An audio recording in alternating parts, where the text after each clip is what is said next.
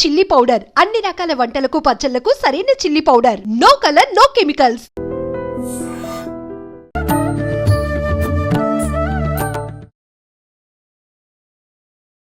నమస్కారం, welcome to I dream. నేను మీ విజిత. ధర్మ మార్గం కార్యక్రమానికి స్వాగతం. మనకు వినాయక చవితి రాబోతోంది. వినాయక చవితి మన అందరము జరుపుకుంటాము, కానీ ఏ రకంగా జరుపుకోవాలి, మనం తెలిసి తెలియక ఎటువంటి తప్పులు చేస్తున్నాం వినాయక చవితికి సంబంధించి, ఇవన్నీ కూడా ఇప్పుడు గురుగారితో మాట్లాడి తెలుసుకుందాం. ప్రస్తుతం మనతో పాటు ఉన్నారు ప్రముఖ జ్యోతిష్యులు బ్రహ్మశ్రీ నందిపట్ల శ్రీహరి శర్మ గారు. ఇప్పుడు గురుగారితో మాట్లాడి అవన్నీ కూడా డీటెయిల్గా తెలుసుకుందాం. నమస్కారం గురుగారు. వాగర్థావివ సంపృక్తౌ వాగర్థ ప్రతిపత్తయే జగతః పితరౌ వందే పార్వతీ పరమేశ్వరౌ. సదాశివ సమారంభాం శంకరాచార్య మధ్యమాం అస్మదాచార్య పర్యంతం వందే గురు పరంపరాం. ఆదిత్యాయ చ సోమాయ మంగళాయ బుధాయ చ గురుశుక్ర శనిభ్యశ్చ రాహవే కేతవే నమః. శృంగేరి జగద్గురు పీఠాధిపతులకి, కంచి పీఠాధిపతులకి నమస్కారములు తెలియజేసుకుంటూ కార్యక్రమాన్ని ప్రారంభిద్దాం. గురుగారు, మనకు వినాయక చవితి రాబోతుంది. వినాయక చవితి అనగానే మామూలు సందడి అనేది ఉండదు. నవరాత్రులుగా మనం జరుపుకుంటాం వినాయక చవితిని. ముఖ్యంగా మనం ఇంట్లో చిన్న చిన్న పూజలు, నిత్య దీపారాధన ఉన్నప్పుడే ఏ రోజు పడితే ఆ రోజు మనం శుభ్రం చేసుకోవడానికి పనికిరాదని చెప్పి మాట్లాడుకుంటాం. అంటే ఏ రోజున శుభ్రం చేసుకుంటే బాగుంటుంది? సాధారణంగా మనం ఏ పండుగ, వ్రతము కానీ, నోము కానీ, ఇంట్లో ఏ ఫంక్షన్ చేసుకున్నా ముందు రోజంతా ఇల్లంతా శుభ్రపరచుకుంటాం. వీక్షించేటువంటి ఐ డ్రీమ్ ప్రేక్షకులందరూ కూడా మామూలుగా తుడుచుకోవడం వరకు మాత్రము, పూజామందిరం వరకు మాత్రం శుభ్రపరచుకోవచ్చు. ఇంటిని, పూజామందిరాన్ని ఏ విధంగా శుభ్రపరచుకోవాలంటే, ఒక మంచి నీటిలో గళ్ళ ఉప్పు, పసుపు, గోమూత్రము ఇవన్నీ వేసి చక్కగా ఇల్లంతా కూడా శుభ్రపరచుకుంటే నెగిటివ్ ఎనర్జీ, మన ఇంటికి ఆవహించి ఉన్నటువంటి నెగిటివ్ ఎనర్జీ వెళ్ళిపోయి పాజిటివ్ ఎనర్జీ ఆకర్షించడానికి ఆ ప్రదేశం అనుకూలంగా తయారవుతుంది. పాజిటివ్ ఎనర్జీ ఎప్పుడు వస్తుంది? మన ఇంట్లో చక్కగా దీపారాధన చేసుకొని, పూజ చేసుకొని, ఆ మంత్రాలతో మనం చేసుకోవడం వల్ల ఆ దైవిక శక్తి ఆ ఇంటినంతా కూడా ఆవహిస్తుంది. కాబట్టి ఇల్లంతా కూడాను పూజామందిరంతో సహా శుభ్రపరచుకొని, ఇంట్లో ఉన్నటువంటి చిత్రపటాలు, దేవుళ్ళ ప్రతిమలు ఇవన్నీ కూడా శుభ్రపరచుకొని పెట్టుకోవాలమ్మా. పూజకి సంబంధించినటువంటి సమస్త వస్తువులన్నీ కూడా శుభ్రపరచుకోవాలి. కొనుక్కునే వస్తువులు మాత్రం కొన్ని వస్తువులు పూజకి సంబంధించి కొనుక్కోవచ్చు. ఓకే ఓకే గురుగారు, ఇప్పుడు మీరు ఇందాక అన్నారు పూజా సామాగ్రి అంతా కూడా తెచ్చుకోవచ్చు, పర్వాలేదు, ఇంటిని మాత్రం శుభ్రం చేయాలని. మరి పూజా సామాగ్రితో పాటు వినాయకుడి విగ్రహం కూడా తీసుకొచ్చుకోవచ్చు అంటారా? అది తేవటానికి కూడా సమయం చూసుకోవాలంటారా? ఎలాంటి విగ్రహాన్ని తీసుకొచ్చుకోవాలంటారు? సాధారణంగా చవితి ప్రారంభమైంది కాబట్టి సాయంత్రం 5 గంటల తర్వాత బజారుకు వెళ్ళి ఈ యొక్క వినాయక ప్రతిమని, వినాయక పూజకి సంబంధించినటువంటి కావాల్సినటువంటి పూజా సామాగ్రి వస్తువుల్ని తీసుకురావచ్చు. ఇక విగ్రహం ఎలా ఉండాలి? వీక్షించేటువంటి ప్రేక్షకుల్లో గమనించాల్సిన అంశం ఏంటంటే, 2005 సంవత్సరం నుంచి 2020 సంవత్సరం వరకు, అంటే ఒక 15 సంవత్సరాల పాటు పియూపి అంటే ప్లాస్టర్ ఆఫ్ ప్యారిస్, పిఓపి, ఆ ప్లాస్టర్ ఆఫ్ ప్యారిస్తో చేసినటువంటి విగ్రహాన్ని తెచ్చుకునే అలవాటుగా తెచ్చుకున్నారు. కానీ ఎంతోమంది మహనీయుల యొక్క శ్రమ ఫలితముగా ఈనాడు చాలామందికి అవేర్నెస్ వచ్చి మట్టి వినాయకుడిని తెచ్చుకుంటున్నారు. శాస్త్రంలో కూడా మట్టి వినాయకుడినే అర్చించమని మనకు చెప్పబడి ఉంది. ఎందుకనంటే మట్టి ఏ విగ్రహమైనా నిండుగా ఉండాలి. పిఓపితో చేసినటువంటి విగ్రహము చూడడానికి బయటికి మాత్రం ఆకర్షణీయంగా ఉంటుంది, ఒకసారి వెనక్కి తిప్పి చూస్తే ఒక డొల్ల ఉంటుంది. మనం పూజించే వస్తువు ఏది కూడా డొల్లగా ఉండకూడదు, పూజా వస్తువులు డొల్లగా ఉండకూడదు. కాబట్టి మట్టి విగ్రహాన్నే మన గనక పూజించినట్లయితే సంపూర్ణమైనటువంటి ఫలితం దక్కుతుంది. అంతేకాకుండా ఆ యొక్క విగ్రహము ఏకదంతముతో ఉండాలి, అనగా ఒక దంతం పొడుగ్గా, ఒక దంతము కనబడినట్టుగా ఉంటుంది. ఆ విధమైనటువంటి రూపము కలిగినటువంటి విగ్రహాన్ని మాత్రమే మనము కొనుగోలు చేసుకొని పూజా విధానంలో వాడుకోవచ్చు. ఇక ముఖ్యంగా యజ్ఞోపవీతము లేనటువంటి విగ్రహాలు కూడా కొన్ని దొరుకుతుంటాయి. కాబట్టి యజ్ఞోపవీత గుర్తు ఉన్నటువంటి విగ్రహము, పైగా నడుముకి నాగాభరణం కలిగినటువంటి విగ్రహం కనుక ఉన్నట్లయితే అది అద్భుతమైనటువంటి ఫలితం ఇస్తుంది.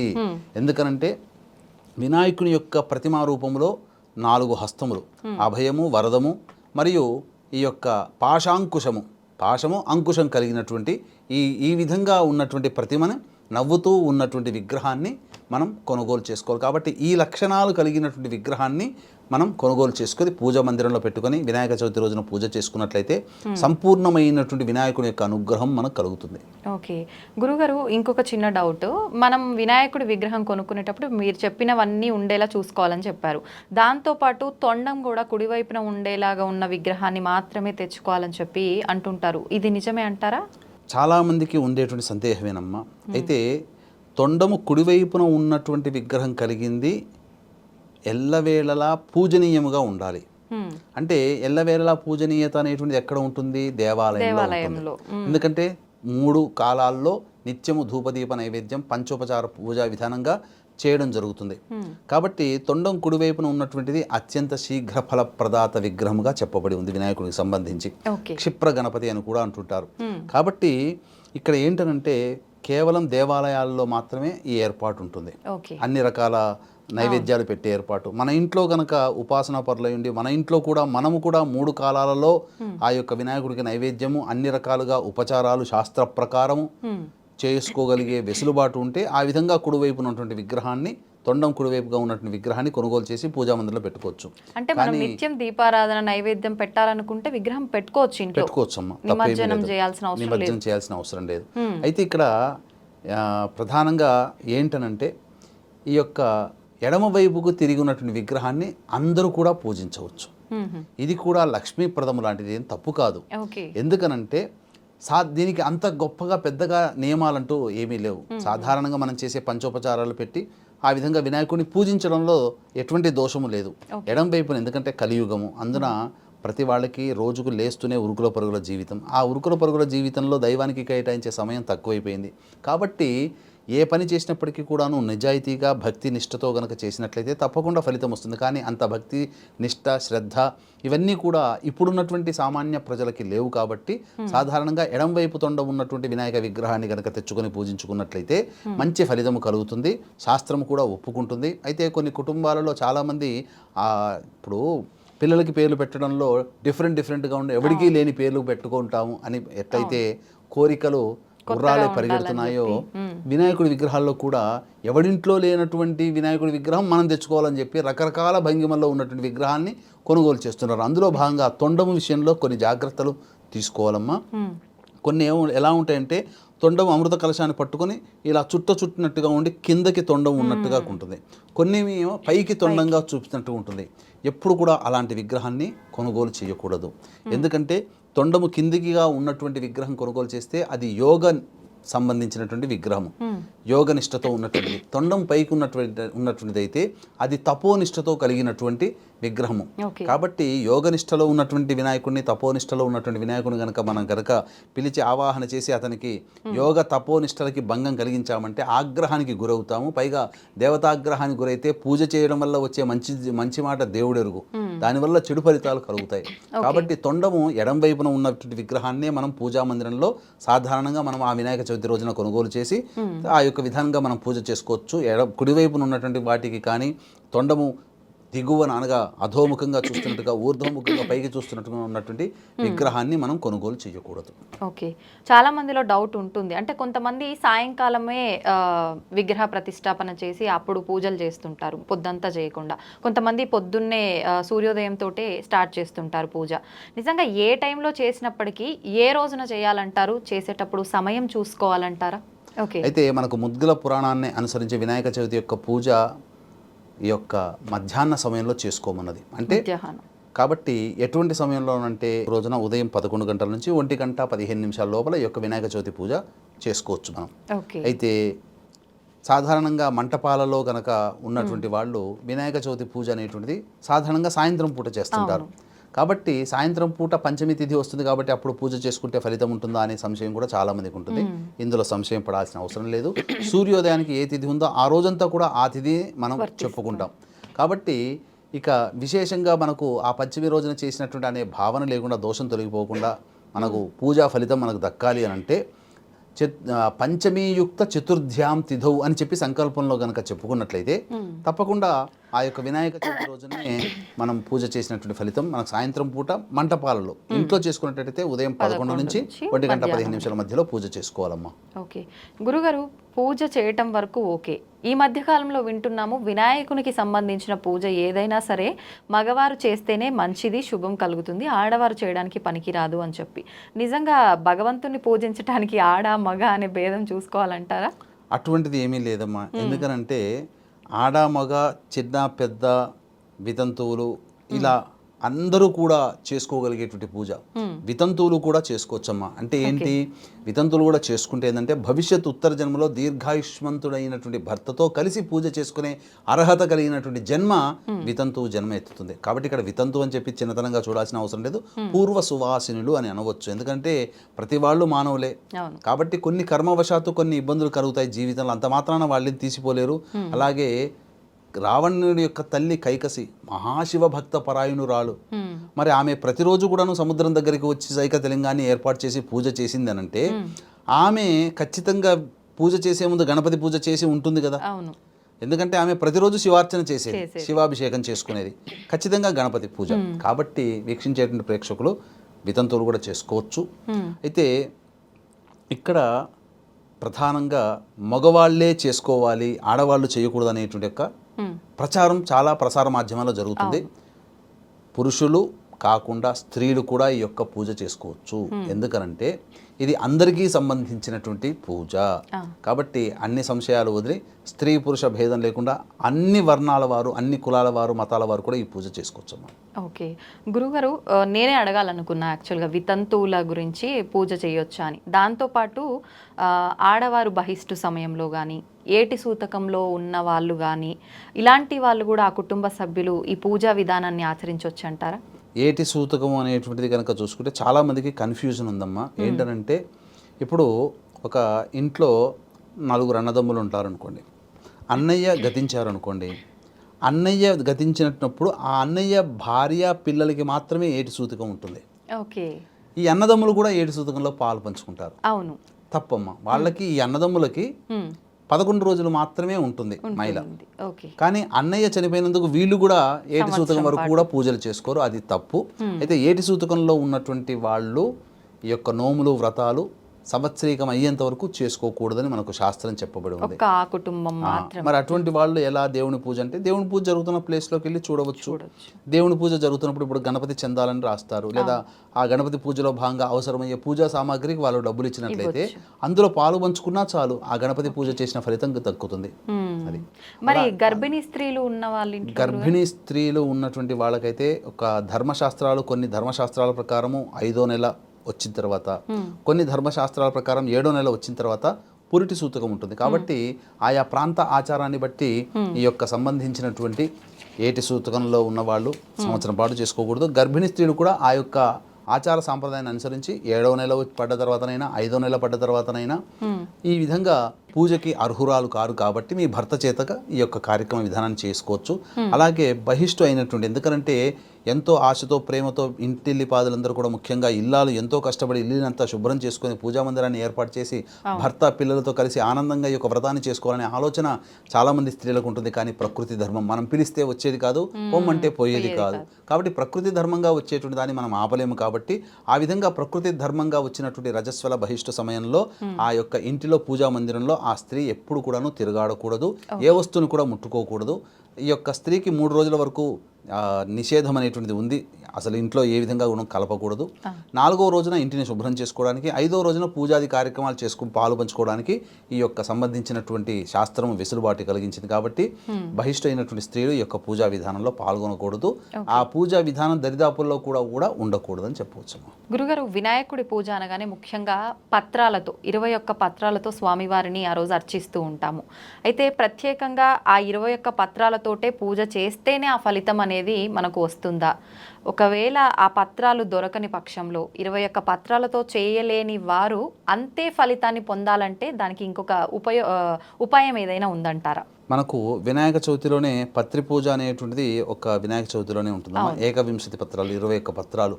అయితే ఈ 21 పత్రాలు అనేటువంటివి ప్రస్తుత కాలంలో చాలా మటుకు దొరకట్లేవు. పల్లెటూళ్ళలో ఉన్న వాళ్ళకే దొరకట్లేదు. మరి అటువంటిది సిటీ ప్రాంతంలో ఉన్నటువంటి వాళ్ళకి దొరకవు. కాకపోతే చాలా మంది ఆ యొక్క పత్రాల పేరున చెప్పి పిచ్చి పిచ్చి మొక్కల యొక్క ఆకుల్ని తెప్పుకొని వచ్చి, వేర్లను తెప్పుకొని వచ్చి, కాండాలను తెప్పుకొని వచ్చి ఇవే పత్రాలంటే పూజ చేసుకుని అని అంటున్నారు. మనం గుడ్డిగా వెళ్ళి ఆ పత్రాన్ని తెచ్చుకుంటున్నాం. కానీ తెలిసి చేసినా తెలియక చేసినా, తెలిసి ముట్టుకున్నా తెలియక ముట్టుకున్నా నిప్పే కదమ్మా. కాబట్టి అందులో కొన్ని మాత్రమే ఉపయోగపడేటువంటివి ఉంటాయి. కాబట్టి ఇటువంటి సంశయం ఉన్నటువంటి వాళ్ళు ఏం చెయ్యాలి? ఏ పత్రంతో పూజ చేసినట్లయితే 21 పత్రాలతో చేసినటువంటి పూజా ఫలితం దక్కుతుందనంటే దూర్వా పూజ అని మనకు శాస్త్రంలో చెప్పబడి ఉంది. అంటే దూర్వా అంటే గరిక.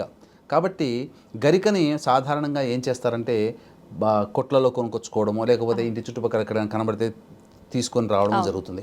అయితే మనకు గరిక పూజలో గరికని ఏ విధంగా తెచ్చుకోమని ఉన్నదంటే గరిక ప్రమాణాన్ని కనుక ఏ విధంగా చూడాలి అని అంటే ఎవరు కాలు తొక్కనటువంటిది, ఏ జంతువులు తొక్కనటువంటి ప్రదేశంలో పెరిగినటువంటి గరికని, అలాగే పవిత్రమైనటువంటి స్థలంలో పెరిగినటువంటి గరికనే పూజ సంబంధించినటువంటి పూజలలో మనం వాడుకోవచ్చు. కాబట్టి అయితే ఇప్పుడు అటువంటి ప్రదేశంలో చాలా తక్కువ, పైగా మనకు అల్లంత దూరంలో ఉంటాయి. కాబట్టి సాధారణంగా పూజా స్టోర్లలో లేదా పూల సామాన్లు అమ్మే దగ్గరనో పూలు అమ్మే దగ్గరనో మనకు దొరుకుతాయి, తీసుకొచ్చుకుంటారు. చాలామంది చేసేది ఏంటంటే ఆ కట్ట తీసుకురాగానే పూజా సమయానికి ఆ కట్ట విప్పి పూజ చేస్తారు. అంటే మనం తినడానికి అయితేనేమో మంచి హైజీనిక్ ఫుడ్, మనం కట్టుకోవడానికి మంచి చక్కటి నీట్గా ఉండే బట్టలు, మరి దేవుని పూజల్లో మనల్ని కాపాడి మనల్ని రక్షించి మన నిత్యం మంచి చెడు చూసుకునేటువంటి ఆ దేవుని పూజల్లో వాడే పత్రి కోసము మనం ఎంతో శ్రద్ధ తీసుకోవాలి. కాబట్టి ఆ యొక్క గరిక కట్టను తీసుకుని వచ్చినప్పుడు ముందుగా రోజుగానే ఆ యొక్క గరికనంతా కూడాను మంచినీటిలో శుభ్రపరిచి చక్కగా తీసుకోవాలి. అయితే గరిక పూజలు ఏంటంటే కాండంతో సహా ఉన్నదానాల్లో కూడా పూజ చేస్తుంటారు. ఆ పూజా విధానం గరిక పూజ పనికిరాదు. ఎలా ఆ యొక్క గరికను మనం తీసుకోవాలి అంటే గరికను కనుక మనం చూసినట్లయితే కాండం ఉంటుంది, కాండానికి ఇలా పక్కన ఆకులు ఉంటాయి, అలాగే అగ్రము అంటే ఎండులో ఇలా త్రిశూలంగా ఉంటుంది. ఆ త్రిశూలంగా ఉన్నటువంటి కాండమునే మనం కట్ చేసుకోవాలి. చేసుకొని ఆ వాటితోనే అర్చన చేయాలి, మొత్తం గరికతో చేయకూడదు. కాబట్టి ఆ విధంగా గరికను మనం పట్టుకోవాలి. 21 నామాలతో చేయాల్సింది కాబట్టి మొదటి 10 నామాల వరకు 2 దూర్వాంకురాలు 2 గరిక పోచలు తీసుకొని ఒక్కొక్క నామం చెబుతూ 2 గరిక పోచలు వేయాలి. అలా 10 నామాలకు అయ్యేసరికి ఎంత అవుతుంది? 20 అవుతుంది. తర్వాత మిగిలిన 11 నామాలు ఒకసారి చెప్పి ఒక గరిక పూజ కనుక పెడితే 21 గరిక పూజ 21 నామాలతో పూజ చేసినటువంటి ఫలితం, 21 పత్రాలతో పూజ చేసినటువంటి ఫలితం. కాబట్టి మనం 2 చొప్పున ఒక్కొక్క నామానికి 10 నామాలకి చేస్తాం కదా, ఆ 2 ఏంటనంటే మనం మనసులో స్మరించుకోవాలి. ఏమని? ఆ 2 పత్రాలు, మొదటి 2 పత్రాలు సమర్పయామి అని చెప్పి ఇవ్వడం. అలాగే ఇంకా 2 గరిక పూజలు తీసుకొని తర్వాత 3-4 పత్రాలని మనసులో తలుచుకొని సమర్పయామి, ఆ విధంగా చేయాలి. ఇక 10 అయిపోతే 20 అయిపోతుంది. ఇక మిగిలిన 11 నామాలు ఉచ్చరించి ఆఖరిన మిగిలినటువంటి పత్రం ఏదైతే ఉంటుందో దాన్ని స్మరించుకొని ఆ యొక్క 11 నామాలు చెప్పి ఒక గరిక పూజ వేస్తే 21 పత్రాలతో పూజ చేసినటువంటి ఫలితం మనకు దక్కుతుంది. శరన్నవరాత్రుల సందర్భంగా అమ్మవారి యొక్క అనుజ్ఞ మేరకి ఆశ్వీజ పౌర్ణమి నుంచి సంవత్సరం పాటు మా పీఠం ఆధ్వర్యంలో మీ కుటుంబ సభ్యుల యొక్క గోతనామాదులతో, అనగా ముఖ్యంగా మనకు ఆరోగ్యం ఉంటేనే అన్ని రకాల యోగాలు కానీ ఏదైనా ఆశయాలు సాధించుకోగలుగుతాం. కాబట్టి గండాంత దోషాలు, అపమృత్యు భయ దోషాలు తొలగిపోవడం కోసం మృత్యుంజయ హోమం, అలాగే వృషభ మిథున కర్కాటక సింహతుల వృశ్చిక మకర కుంభమీన రాశుల్లో జన్మించిన వారికి శనిదోష నివారణకే శనిదోష నివారణ హోమాలు, మనిషికి జాతకరీత్యా ఏవైనా కానీ 6 రకాల సమస్యలు ఎక్కువగా ఉంటాయి. అవి విద్య, వివాహ, ఉద్యోగ, దాంపత్య, సంతాన, అనారోగ్య సమస్యలు. కాబట్టి వీటి నివారణ కోసం 18 రకాల హోమాదులు ప్రతి నెల ఒక్కొక్క పుణ్యక్షేత్రంలో ఒక్కొక్క పుణ్యతిథి రోజున జరిపించడం జరుగుతుంది. సామాన్య మానవుడు కూడా పాల్గొనే విధంగా ఈ యొక్క కార్యక్రమ రూపకల్పన చేయడం జరిగింది. ఈ యొక్క కార్యక్రమ తదనంతరం మీకు అందరికీ కూడా వీడియోలు కూడా పంపడం జరుగుతుంది. కాబట్టి అవకాశం ఉన్న వాళ్ళు ఈ యొక్క సంవత్సరం పాటు మా ఆధ్వర్యంలో జరిగేటువంటి కార్యక్రమాల్లో గోత్రనామాలు నమోదు చేసుకోదలిచిన వాడు కార్యక్రమ తదనంతరం కాంటాక్ట్ చేసి పూర్తి వివరాలు తెలుసుకోవచ్చు. తులసి దళాలని మనం మామూలుగా పూజల్లో వాడుతూ ఉంటాము, కానీ వినాయకుడి పూజలో మాత్రం తులసి దళాలు వాడటానికి వీల్లేదని చెప్పి అంటూ ఉంటారు. నిజంగానే వాడకూడదంటారా? రీజన్ ఏంటి? ఈ యొక్క తులసి అనేటువంటిది మనకు ప్రధానంగా చూసుకున్నట్లయితే విష్ణువుడికి భార్యగా ఉండాలని, భర్తగా విష్ణువుని పొందాలనే నియమంతో బ్రహ్మ గూర్చి ఘోర తపస్సు చేస్తేగా బ్రహ్మ ప్రత్యక్షమయ్యి బద్రికాశ్రమంలో విష్ణు భగవానుడు నీ కోసం వస్తాడమ్మా, నీవు అక్కడ బద్రికాశ్రమానికి వెళ్ళు, విష్ణు భగవానుడు రాగానే నిన్ను గుర్తించి నిన్ను వివాహం చేసుకుంటాడు అని చెప్పి చెప్తుంది. అని వరం ఇచ్చేసేసరికి ఈ తులసి స్త్రీ రూపంలో ఉన్నటువంటి తులసి బద్రికాశ్రమానికి వెళుతుంది. అంతటా కొంత కాలానికి ఎదురు చూస్తూ ఉన్నది విష్ణు భగవానుడు వస్తాడేమో అని చెప్పి. అయితే సాధారణంగా గణాధిపత్యం కలిగినటువంటి వినాయకుడు కొన్ని రోజుల తర్వాత చక్కగా మంచి వేషధారణతో ఉండి గంధ పుష్పం మాలికలు మెడలో వేసుకొని ఆ విధంగా బద్రికాశ్రమంలో విహరిస్తున్నాడు గంగా నదీ తీరంలో. విహరించేసరికి ఆ సమయానికి తులసి వచ్చినటువంటి సందర్భంగా చూసి విచిత్రమైనటువంటి రూపం కలిగినటువంటిది చూసి విష్ణువే నన్ను పరీక్షింపదలిచి ఈ రూపంలో వచ్చాడని చెప్పి భావన చేసుకుని గణపతి వెంట పడిందట, నన్ను పెళ్లి చేసుకో అని. అన్న తర్వాత అతను వినాయకుడు జరిగినదంతా కూడా గమనించి విష్ణువు ఎవరయ్యా అంటే నాకు తండ్రితో సమానం, విష్ణువుని పెళ్లి చేసుకోవాలని అనుకుంటుంది కాబట్టి ఈమె తల్లితో సమానం కాబట్టి నేను చేసుకోనమ్మా అని అనడం. ఆ విధంగా చెప్పేసేసరికి ఎంత చెప్పినా కానీ వినకపోయేసరికి ఆ యొక్క వినాయకుడికి కోపం వచ్చి భూలోకంలో వృక్షజాతిలో పుట్టుగాక అని చెప్పి శాపం ఇచ్చేస్తాడు. తర్వాత తులసి మాత కూడా కోపగించుకొని నీకు 2 పెళ్ళిళ్ళు జరుగుగాక అని చెప్పి శాపం ఇచ్చేస్తుంది. ఇది జరిగిన తర్వాత అప్పుడు కొంత ఇబ్బంది పడ్డ తర్వాత అనగా బాధపడ్డ తర్వాత అమ్మ నీవు నాకు తల్లితో సమానరాలు అమ్మ, విష్ణువు ఎవరో కాదు నాకు తండ్రి, అతన్ని పెళ్లి చేసుకోవాలనుకున్నావు, నువ్వు తల్లితో సమానం, నేను విష్ణువు కాదో మొర్రో అంటే కూడా నువ్వు పట్టుబట్టి నా వెంట పడ్డావు కాబట్టి నిన్ను శాపం ఇవ్వాల్సి వచ్చింది, నువ్వు ప్రతిశాపం ఇచ్చావు, జరగక మానదు, ఇక అనుభవించాల్సిందే అని చెప్పంగానే అప్పుడు ఇక తులసీదేవిని చూసి ఇక నా యొక్క పూజల్లో నీ యొక్క పత్రాన్ని వాడకూడదు అని చెప్పి నిషేధం చేస్తాడు. ఎందుకు నిషేధం చేస్తాడు అంటే అక్కడ ఏం కోపం కాదమ్మా, తల్లితో సమానురాలైనటువంటి పత్రాన్ని కొడుకు పూజల్లో వాడవచ్చునా? ఇప్పుడు తల్లి వచ్చి ఎక్కడైనా కొడుకుకి నమస్కారం చేస్తుందా? కొడుకే తల్లికి నమస్కారం చేయాలి. తులసిని పూజించాల్సినటువంటి వినాయకుడు తన వినాయకుడి పూజలో తులసిని ఇష్టపడడు పూజ చేయడానికి, కానీ సంవత్సరంలో ఒక రోజు వచ్చే వినాయక చవితి రోజున మాత్రం తులసి పత్రంతో పూజ చేయవచ్చని శాస్త్రం చెప్పబడ్డది. ఇక ఏ రోజుల్లో కూడా ఎప్పుడు కూడా తులసితో గణపతికి పూజ చేయకూడదు, నిషేధము. దానివల్ల దుష్ప్రభావాలు కలుగుతాయని చెప్పవచ్చు. ఓన్లీ చవితి రోజు మాత్రం పర్వాలేదు చేయొచ్చు. వినాయక చవితి, అది కూడా వినాయక చవితి రోజు ఏదో ఒక కారణం చేత మనకు వినాయక చవితి రోజు వినాయకుడి పూజ చేయటానికి వీలు కాకపోతే మరి ఇంకొక రోజు ఎప్పుడైనా చేసుకునే అవకాశం ఉందంటారా? అలా మన శాస్త్రంలో ఉందా? ఇప్పుడు ఇక్కడ పూజ సమయానికి చేయలేకపోవడం అనేటువంటిది మన యొక్క కర్మ దోషం కాబట్టి చేసుకోవాలి పూజ అనేటువంటి మనసులో ఉంటుంది. కాబట్టి శాస్త్ర ప్రకారం వెసులుబాటు ఎప్పుడయ్యానంటే, ఎందుకంటే ఇప్పుడు ఉన్నటువంటిది ప్రతిదీ కూడా బిజీ స్కెడ్యూల్. ఎందుకంటే ఒకప్పుడు కుటుంబ సభ్యులు, పెదనాన్నలు, బాబాయిలు, మేనత్తలు, మేనమామలు అందరూ కలిసి చక్కగా ఇంటిలిపాది ఒక 50 మంది కలిసి ఒకే చోట కూర్చొని ఈ యొక్క వినాయక చవితి పూజ చేసుకునేవాళ్ళు. వినాయక చవితి అని కాదు, ఏ పూజనైనా. రాను కాలం మారాయి, కాలంలో మనుషుల యొక్క ప్రభావాలు మారిపోయి సంబంధ బాంధవ్యాలు కూడా తగ్గిపోయాయి. ఇప్పుడు న్యూక్లియర్ ఫ్యామిలీస్ అయిపోయాయి. కాబట్టి ఇప్పుడు సోలో పర్సన్గా అయిపోయింది. నాకు నేనే రాజు, నాకు నేనే మంత్రి అన్నట్టుగా తయారైపోయింది. కాబట్టి బిజీ స్కెడ్యూల్స్ ఉండడం వల్ల కొంతమంది వినాయక చవితి రోజున పూజ చేసుకోలేకపోవచ్చు. ముఖ్యంగా స్త్రీలు ఈ ఋతుక్రమం సందర్భంగా ఇబ్బంది వచ్చినప్పుడు ఆ విధంగా పూజ చేసుకోలేకపోవచ్చు.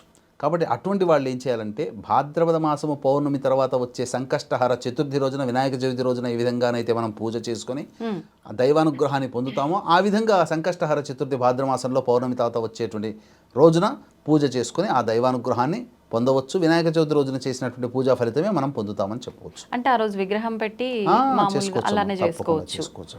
ఓకే గురుగారు, మనందరం కూడా ఎక్కువ శాతం తొలి పూజ అనేది వినాయకుడికే చేస్తుంటాం. ఎటువంటి కార్యం తలపెట్టినా ముందుగా ఆయనకు పూజ చేసిన తర్వాతే మిగతాయి చేస్తుంటాం. కానీ వైష్ణవులు మాత్రం వినాయకుడిని పూజించరు అని చెప్పి వింటుంటాం. మరి వాళ్ళు వినాయకుడి బదులుగా ఏ దైవాన్ని ఆరాధిస్తుంటారు? వైష్ణవులు ఊహించి మనం పూజ చేసుకునేటువంటి గజానన రూపంలో ఉండే వినాయకుడిని పూజించారు. వాళ్ళకంటూ సపరేట్గా మళ్ళీ గణాధిపత్యం కలిగినటువంటి నాయకుడు ఉన్నాడు. అంటే పూర్వం ఒకప్పుడు ఇవన్నీ ఏమీ లేవమ్మా, శైవము వైష్ణవం అన్ని కలిసే ఉండేటివి. రామానుజాచార్యుల వారు ఎప్పుడైతే జన్మించి వైష్ణవ మతాన్ని స్థాపించి వైష్ణవ మతాన్ని వ్యాప్తి చేశారో అప్పుడు శైవులకి వైష్ణవులకి మధ్య విభేదాలు పెరిగి అంతరాలు పెరిగిపోయి ఒకరినొకరు కొట్టుకొని చంపుకునే పరిస్థితి దాకా వచ్చింది. కాబట్టి సాక్షాత్తు రామానుజాచార్యుల వారి శైవుల యొక్క ప్రభావాన్ని భరించలేక శ్రీరంగపట్నంలో వెళ్ళి కొన్నేళ్ళు తలదాచుకోవాల్సి వచ్చింది. కాబట్టి అందరూ కూడా ఇంత ఇబ్బంది పెట్టినటువంటి శైవ మతానికి సంబంధించినటువంటి వాడు కదా, శివుని కొడుకు కదా గణపతి, మరి మనం వైష్ణవ మతం కదా, మరి మనకు విష్ణు సంప్రదాయంలో మరి గణపతి గణాలకి నాయకుడు ఎవడూ లేరా, కాబట్టి మనం సపరేట్గా మనం పెట్టుకుందాం ప్రత్యేకంగా అని చెప్పి అందరూ ఆలోచించి తీర్మానం చేసుకుని ఒక పర్సన్ని తెరపైకి తీసుకొచ్చారు. వారి పేరే విశ్వక్సేనుడు. విశ్వక్సేనుడు అనేటువంటి వాడు కూడా సేమ్ విష్ణువు మాదిరిగానే శంఖ చక్రాలు కలిగి ఉండి గదని కలిగి ఉంటాడు. కానీ అతని అనుచరులు కనుక చూసినట్లయితే వినాయకుడు రూపం కలిగినటువంటి 2 అనుచరులు ఉంటారు.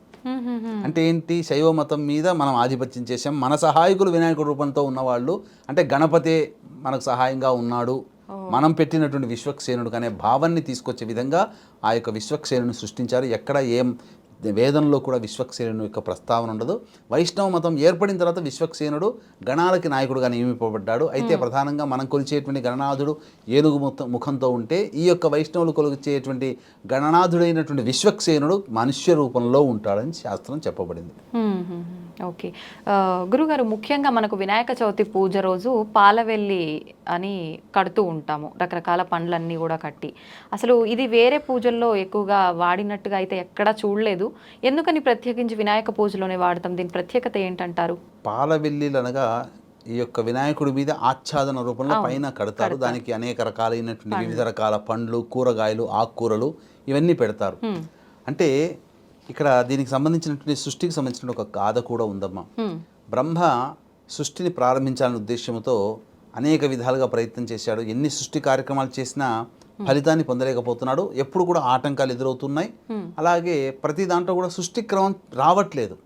అంతటా ఆలోచన చేసి తాను తప్పు తెలుసుకొని తను గణపతిని పూజ చేయకుండా నేను సృష్టి ప్రారంభించాను తెలుసుకొని ముమ్మార్లు కూడాను గణపతికి నమస్కారం చేసుకొని గణపతి ప్రార్థన, గణపతి యొక్క అనుగ్రహాన్ని పొంది సృష్టి ప్రారంభించాడు. అయితే గణపతి గురించి చేసినటువంటి తపస్సు ప్రభావం వలన అకార ఉకార మకార స్వరూపమైనటువంటి ఓంకార రూపంలో గణపతి గజానుడి రూపంలో అతనికి బ్రహ్మకి దర్శనమిచ్చి వరమున సొంగుతాడు. విద్య అలాగే ఆ యొక్క సృష్టి అంతా కూడాను నిర్విరామంగా కొనసాగుతుంది.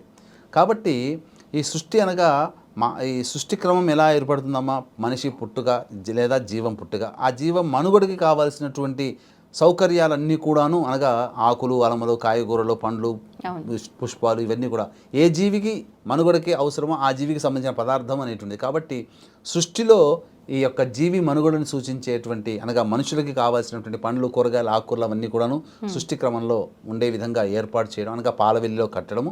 ఇక సృష్టి అంతా ఎటువైపు చూసినా 4 దిక్కులే ఉంటుంది.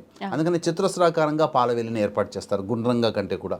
కాబట్టి 4 దిక్కును సూచించే విధంగా చతురస్రాకారం ఉంటుంది. ఈ విధంగా ఈ యొక్క గణపతి పూజలో భాగంగా పాలవెల్లిని కట్టడంలో ఉన్నటువంటి అంతరార్థము అంటే ఏంటి? ఇక్కడ ప్రధానంగా మనం గమనించాల్సింది ఏంటంటే సృష్టి ప్రారంభించాలనుకున్నటువంటి బ్రహ్మకి కూడా సృష్టి కార్యం నెరవేరలేదు. సృష్టి జరగడానికి మూల కారణం దైవానుగ్రహం ఈ యొక్క గణపతి రూపంలో అని తెలుసుకున్న వాళ్ళందరూ కూడా సృష్టిని సూచించేటువంటి పాలవెల్లిని గణపతి పూజలో భాగంగా వాడడం సాంప్రదాయంలోకి వచ్చేది. ఓకే గురుగారు, మనం వింటూ ఉంటాం ఎవరైతే వినాయక చవితి రోజు చంద్రుడిని గనక చూస్తారో వాళ్ళు నీలాప నిందల పాలవుతారు అని చెప్పి. అయితే చంద్రుడికి సంబంధించినటువంటిది వినాయక చవితి రోజున చంద్రుడిని చూడకూడదని చెప్పి మనకు శాస్త్రం. ఎందుకంటే పార్వతీదేవి సాక్షాత్తు వరం ఇచ్చినటువంటిది, శాపం ఇచ్చినటువంటిది కూడా అని చెప్పవచ్చు. ప్రధానంగా చంద్రుడిని చూడకపోవడమే చాలా మంచిదనేటువంటి విషయాన్ని గమనించుకోవాలి. చెప్పేది ఏముందమ్మా, ఎన్నో పనులు మానుకుంటుంటాం, కానీ చంద్రుని చూడకుండా ఉంటే ఏమైపోతుంది? ఏమీ కాదు. అయితే అన్యాపదేశంగా ఏదైనా ప్రయత్నం లేకుండా చంద్రుడిని అకస్మాత్తుగా చూసినట్లయితే మరి ఎటువంటి పరిహారం చేసుకోవాలి?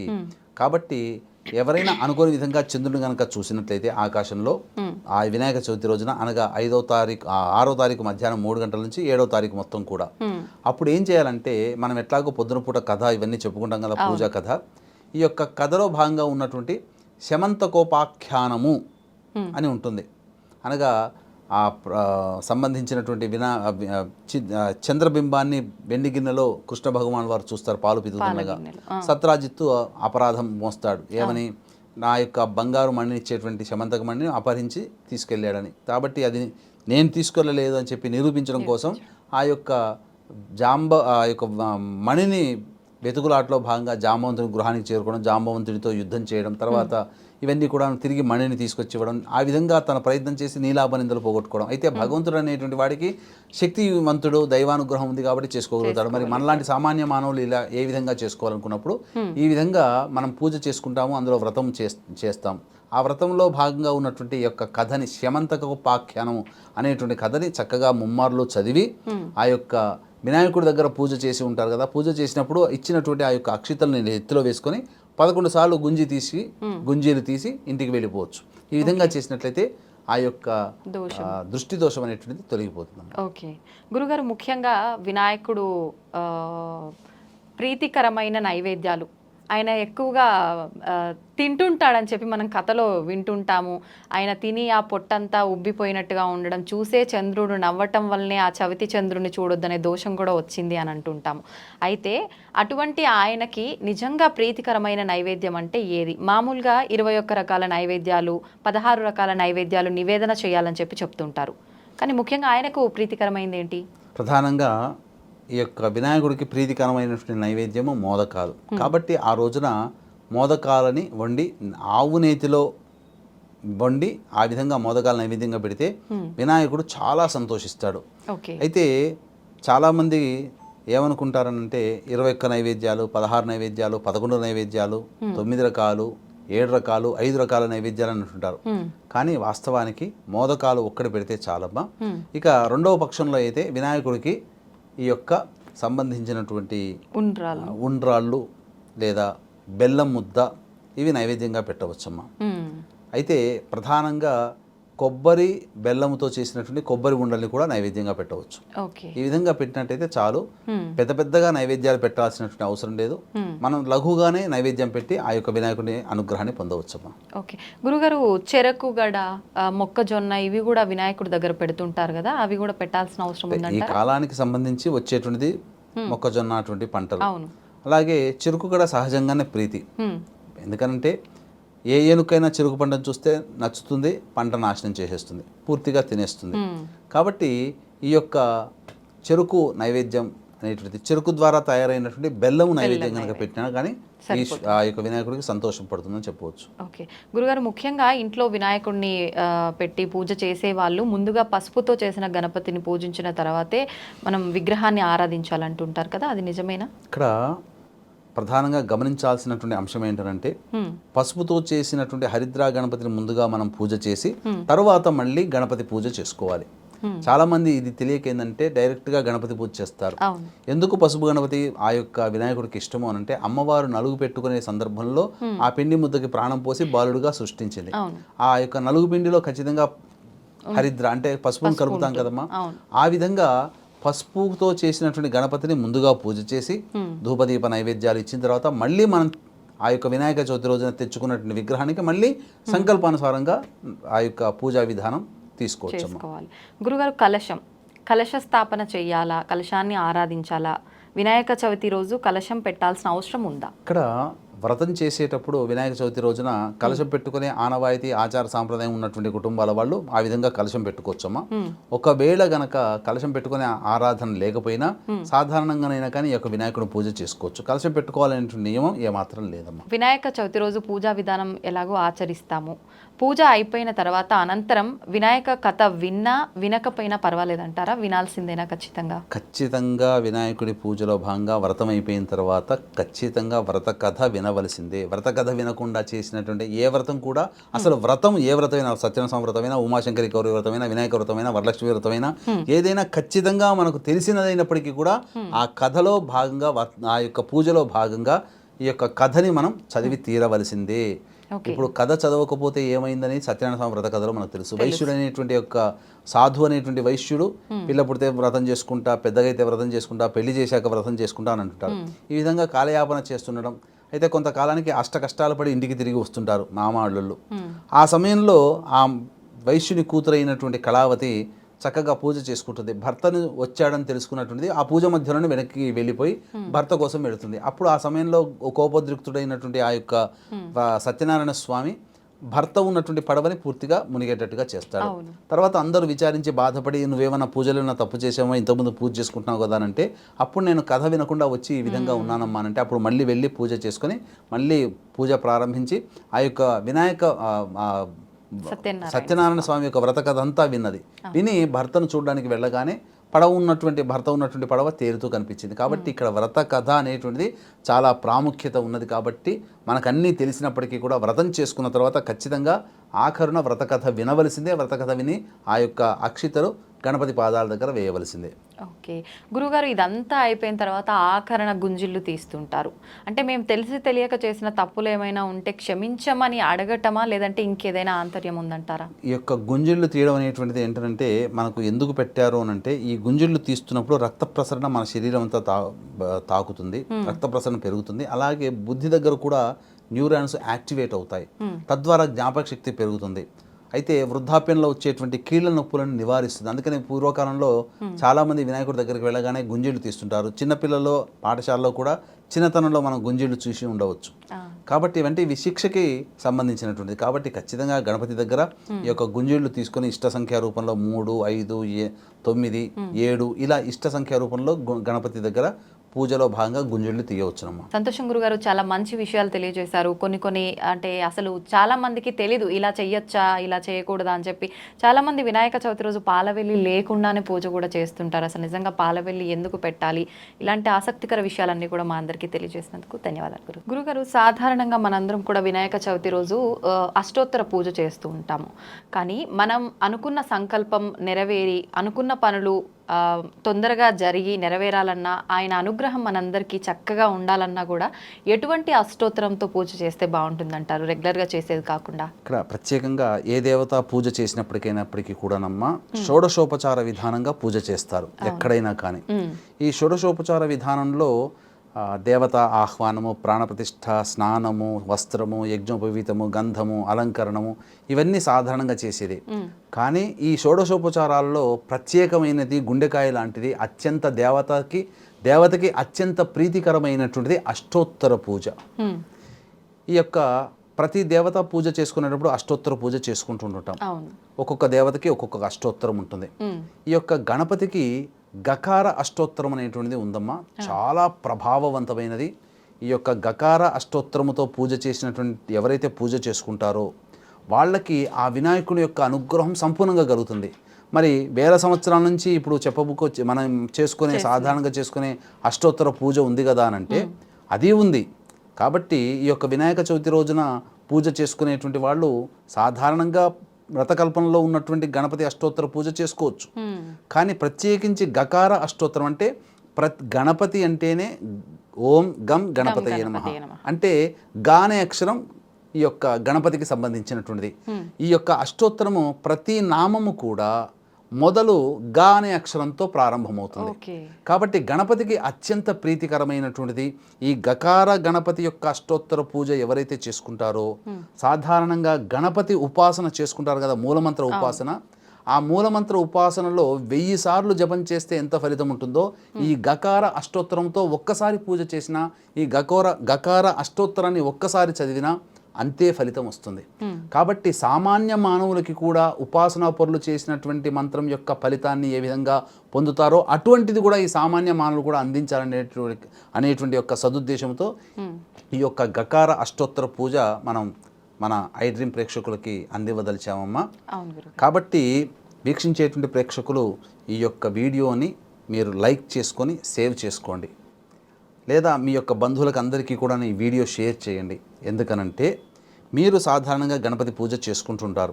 ఆ గణపతి పూజలో ఉన్నప్పుడు ఆ పూజలో భాగంగా షోడశోపచార పూజలో భాగంగా అష్టోత్తరం వచ్చినప్పుడు ఆగిపోండి.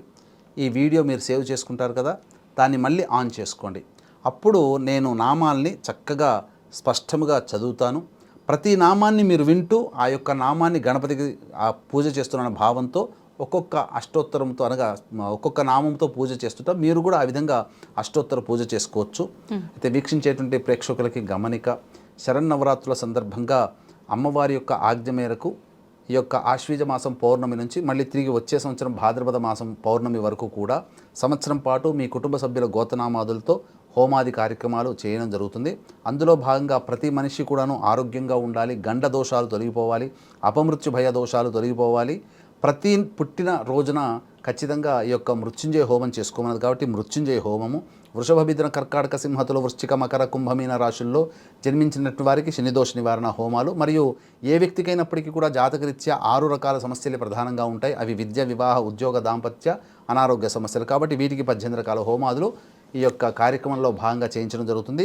ఒక్కొక్క పుణ్యతిథి, ఏకాదశ, పౌర్ణమ, మాస శివరాత్రి ఏదైనా ఒక పర్వదినం రోజున చేయించడం ఒక్కొక్క పుణ్యక్షేత్రంలో జరుగుతుంది. కాబట్టి పూజ జరిగిందంతా కూడా మీకు వీడియో పంపించడం జరుగుతుంది. అతి సామాన్య మానవుడు కూడా ఈ యొక్క కార్యక్రమంలో కుటుంబ సభ్యుల గోతనామాలు నమోదు చేసుకునే అవకాశం ఉంది. కాబట్టి అవకాశం ఉన్నవాళ్ళు ఈ యొక్క కార్యక్రమం తదనంతరం కాంటాక్ట్ చేసి పూర్తి వివరాలు తెలుసుకోవచ్చు. ఇక మనం లేట్ చేయకుండా ఆ గకార అష్టోత్తర పూజా విధానంలో భాగంగా ఈ అష్టోత్తర నామాన్ని మీకు స్పష్టంగా చదివి వినిపిస్తాను. ఆ నామం చదువుతూ ఆ మనసులో వింటూ ఆ గణపతికి అష్టోత్తర పూజ చేసుకోండి.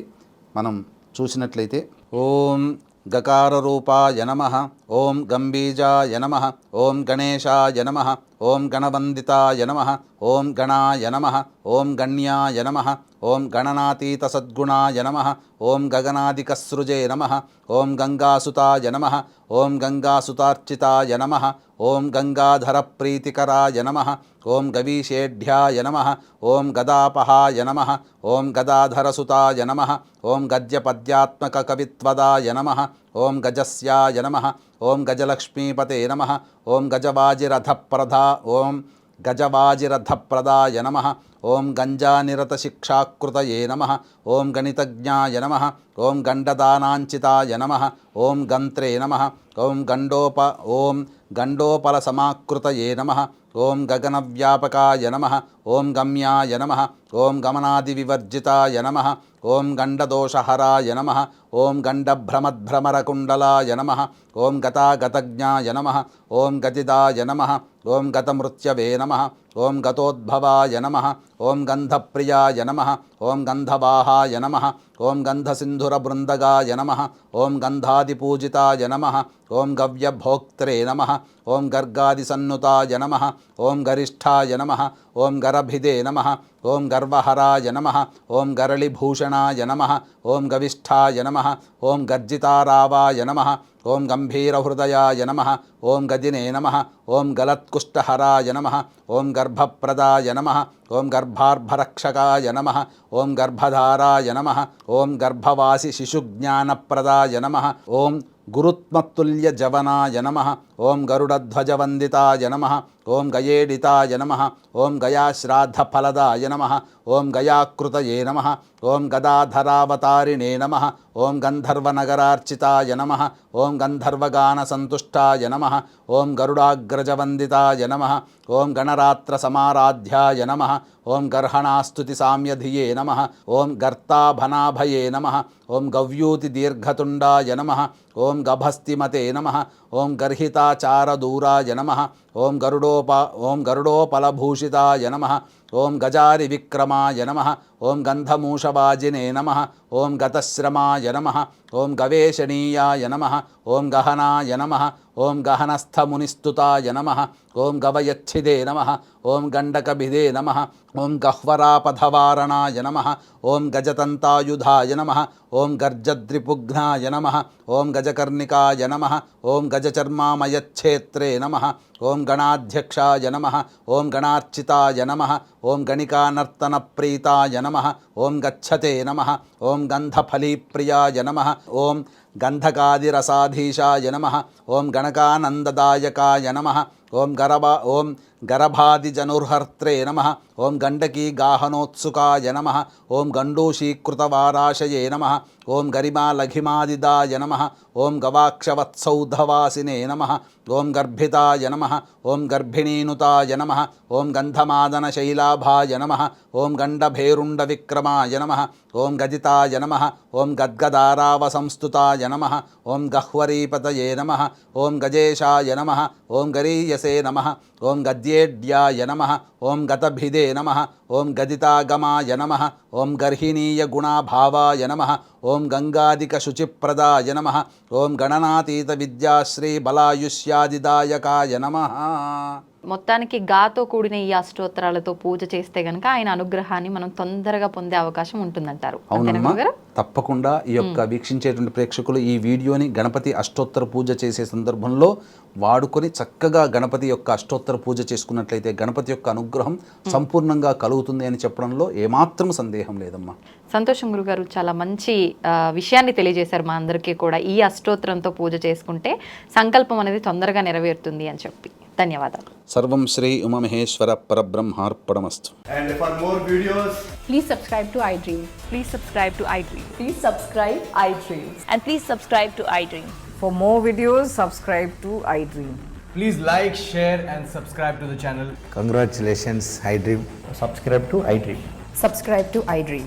So subscribe to iDream Media. iDream ki iDream team andarki huge congratulations. Please subscribe iDream Media. Please subscribe to iDream. Subscribe iDream. Please subscribe to iDream. iDream అంటే నా కళల ఛానల్ను సబ్స్క్రైబ్ చేసుకున్నారు, నోరు తిరుగుతలేదు. మీరైతే గంట గుర్తు కొట్టండి. For more such videos, please subscribe to iDream. Subscribe to iDream. Please subscribe to iDream. Please subscribe iDream Media. Please do subscribe to iDream. Please subscribe to iDream Media. For best entertainment and information, please subscribe iDream. And don't forget to subscribe to iDream.